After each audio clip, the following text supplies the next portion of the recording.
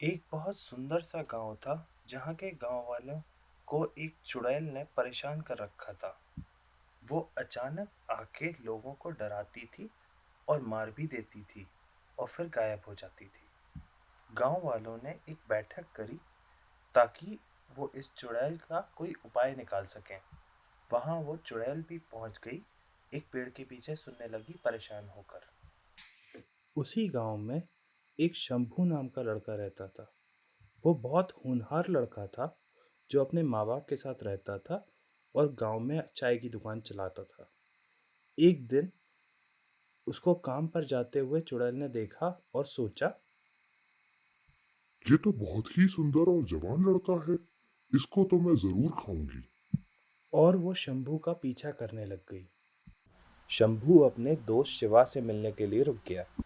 अरे शिवा, तुम तो बड़े दिनों से मिले ही नहीं। कैसे हो शंभू? सुना तुमने, गांव वालों ने चुड़ैल को भगाने के लिए एक साधु बाबा को बुलाने का फैसला लिया है। चुड़ैल ये सब छुपके सुन रही थी। अब मैं क्या करूं? अब तो मुझे कोई तरीका निकालना पड़ेगा, वरना मैं तो भूखी ही रह जाऊंगी। शंभू अपने घर पहुंचा और अपने माँ बाप को बताने लगा। माँ, बाबूजी, सुनिए, आज मैंने सुना कि गांव वालों ने एक साधु को बुलाने का फैसला लिया है चुड़ैल को भगाने के लिए। ये तो बहुत अच्छी खबर है बेटा। भगवान का लाख लाख शुक्र है। अब हम सब लोग बाहर जा सकेंगे। चलो बेटा, आकर खाना खा लो। वो साथ बैठ के खाना खाते हैं। माँ, तुम्हारे खाने से अच्छा इस संसार में कुछ नहीं है। अच्छा बेटा, अब माँ को मक्खन ना लगा। चल खाना खा। अरे बेटा, एक बात बताना तो तुझे भूल ही गई। कल हम एक लड़की को देखने जाने वाले हैं तेरे लिए। कल घर 2 बजे तक आ जाना। मैंने सुना है वो बहुत अच्छी चाय बनाती है और तेरे काम में भी तेरी मदद कर देगी। ठीक है माँ, मैं 2 बजे घर पर ही रहूंगा। चुड़ैल खिड़की के बाहर से सब सुन रही थी। वो सोचने लगी। हम्म अब मुझे पता है मुझे क्या करना है। इन गांव वालों को साधु के पास जाने का सबक सिखाऊंगी। चुड़ैल भी अगले दिन 2 बजे शंभू के घर पहुंच जाती है और उनकी बातें सुनने लग जाती है। बेटा, मुझे तो प्रेरणा बहुत अच्छी लगी। तू बता, तूने उसके बारे में क्या सोचा है? हाँ माँ, मैं इस लड़की से शादी करने के लिए तैयार हूँ। ये सुन के शंभू के माँ बाप खुश हो जाते हैं। अब मुझे इस लड़के को खाने का तरीका समझ आ गया। शंभू और प्रेरणा शादी कर लेते हैं और साथ रहने लग जाते हैं। चुड़ैल, जो इसी का इंतजार कर रही थी, बहुत खुश हो जाती है। अब मैं इनको दिखाऊंगी ये गांव वाले क्या सोचते हैं कि मुझसे छुटकारा पा लेंगे। अब मैं इनको सबक सिखाती हूँ। एक दिन जब प्रेरणा घर वापस आ रही थी तो चुड़ैल उसका पीछा करती है और उसको मार देती है। फिर वो अपना वेश बदलकर प्रेरणा की तरह दिखने लग जाती है। चुड़ैल शंभू के घर चली जाती है और सबके साथ रहने लग जाती है। अब मुझे जंगल में छुपने की जरूरत नहीं है। मैं यहीं रहूंगी और गांव वालों को मार के खाऊंगी। एक दिन जब चुड़ैल शीशे के सामने अपने बाल बना रही थी, उसकी सास सामने से निकली और उसकी चुड़ैल वाली शक्ल शीशे में देख ली। ये देख के वो बहुत डर गई, पर उन्होंने फैसला किया कि शंभू के आने तक कुछ नहीं बोलेंगी।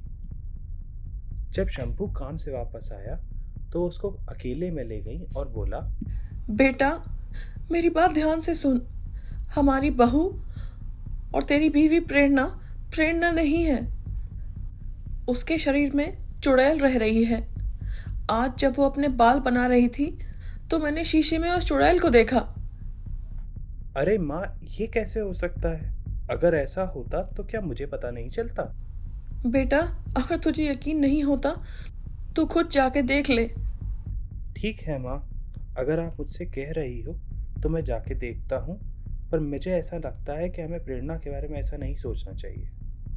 शंभू अपने कमरे में जाता है और अपनी बीवी को बुलाता है। वो उसकी आवाज़ सुन के सोचती है। अरे, ये फिर से आ गया। बार बार प्रेरणा प्रेरणा।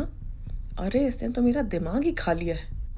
काश मैं इसे ही पहले खा सकती। हाँ जी, बोलिए, क्या बात है?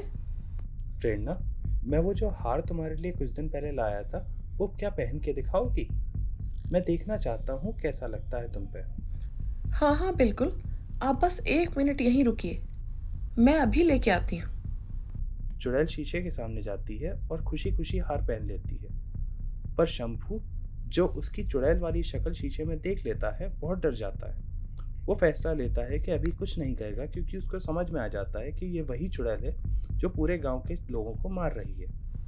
कैसी लग रही हूँ मैं जी, बताइए ना। ये हार पहन के तुम बहुत सुंदर लग रही हो प्रेरणा। चुड़ैल बहुत खुश हो जाती है। ये लोग कितने बेवकूफ हैं। इनको अभी तक ये नहीं पता चला कि मैंने प्रेरणा को मार के खा भी लिया है। शंभू और उसके माँ बाप साधु के पास जाते हैं और उन्हें सब बात बताते हैं।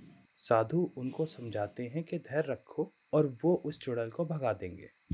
शंभू, उसके माँ बाप और साधु शंभू के घर जाते हैं। वो घर में जाते हैं और हवन करने लगते हैं।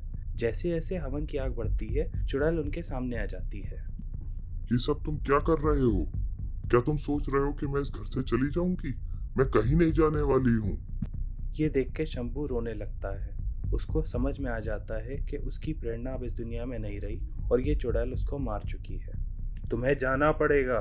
तुम्हें इस परिवार और इस गांव को छोड़ के जाना पड़ेगा। कुछ ही देर में हवन की आग चुड़ैल को भस्म कर देती है और शंभू और उसका परिवार चैन की सांस लेता है और एक दूसरे को गले लगाता है।